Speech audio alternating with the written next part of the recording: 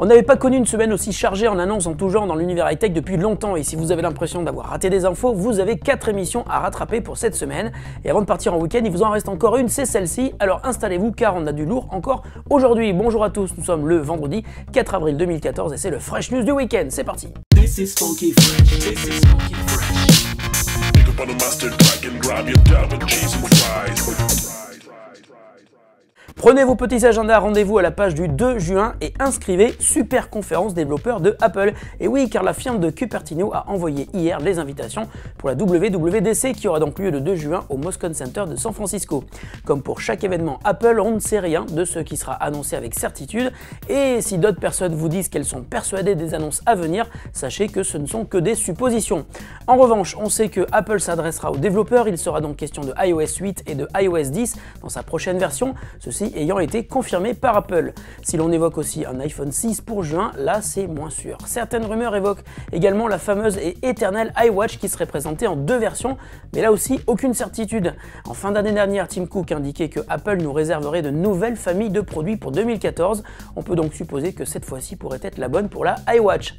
De plus, sur la page d'accueil de la conférence WWDC de Apple, le constructeur rappelle qu'en 6 ans, la donne a changé et que c'est grâce aux développeurs d'applications que l'iPhone a connu le succès par exemple.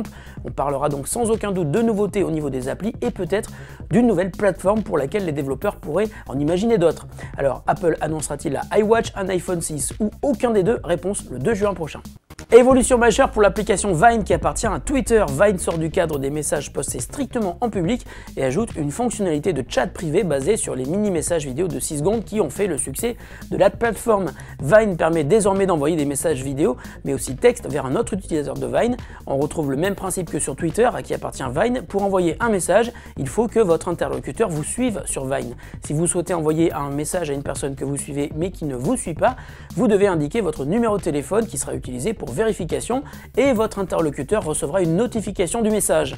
Si vous souhaitez envoyer un Vine message à une personne qui n'est pas sur Vine, le message sera envoyé via email ou MMS. Pour envoyer un message vidéo, c'est super simple, appuyez pour enregistrer et dès que vous relâchez, le message est posté, ce qui devrait favoriser l'échange rapide et faire augmenter de manière importante le nombre de messages postés sur la plateforme. L'envoi de messages en groupe n'est pas encore prévu, mais vous pouvez poster un message vers plusieurs personnes, ce qui créera autant de conversations privées.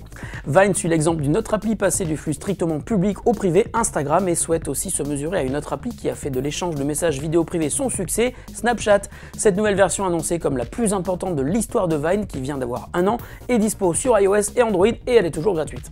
S'il est un point sur lequel nous battons les États-Unis à plat de couture, c'est bien sur l'internet à très haute vitesse. Outre-Atlantique, la connexion via la fibre est beaucoup plus rare que chez nous et c'est Google qui est sans doute l'un des acteurs les plus dynamiques dans son développement, avec un réseau déjà en place dans 3 grandes villes américaines, Google Fiber. Mais la compagnie de Mountain View veut aller encore plus loin. Selon le site américain The Information, dont l'information est relayée par The Verge, Google envisage de devenir opérateur de télécommunications mobiles. Google ne souhaite pas pour autant développer un réseau d'antennes, mais pourrait s'appuyer sur un opérateur déjà en place comme Sprint ou Verizon et devenir ainsi un MVNO, ces fameux opérateurs virtuels que nous connaissons bien en France. Et Google, qui ne fait décidément pas les choses à moitié, aurait pour ambition de créer un gigantesque réseau Wi-Fi basé sur son infrastructure Google Fiber afin d'y faire transiter du trafic voix et data. Et pour toutes les zones qui ne sont pas couvertes par son réseau, soit aujourd'hui la quasi-totalité des États-Unis, ce trafic passerait donc par le réseau mobile de son partenaire.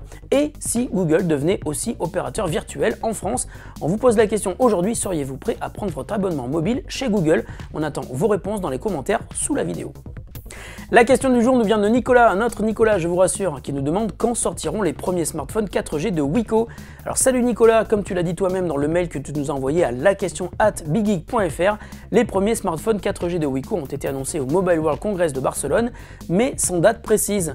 On sait depuis la semaine dernière que le premier d'entre eux sera disponible ce mois-ci, il s'agit du Wiko Wax qui est équipé de la puce Tegra 4i de Nvidia, un processeur d'entrée de gamme mais qui supporte la 4G contrairement au processeur Mediatek qui équipe même les meilleurs smartphones de Wiko mais qui ne sont pas 4G. Le prix annoncé est de moins de 200 €. On rappelle que le Wiko Wax est doté d'un écran HD de 4,7 pouces, de 1 Go de RAM, 4 Go de stockage extensible par microSD et de 2 appareils photo de 5 et 8 mégapixels.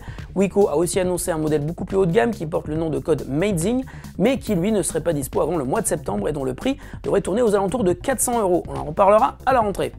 Fresh News, c'est fini pour aujourd'hui. Si vous voulez voir à quoi ressemble un reportage filmé entièrement avec un smartphone, ne manquez pas Big Geek report au LG InnoFest 2014. Le lien arrive à ma place dans 5 secondes. Je vous souhaite une excellente journée, un excellent week-end et on se retrouve lundi. Salut à tous!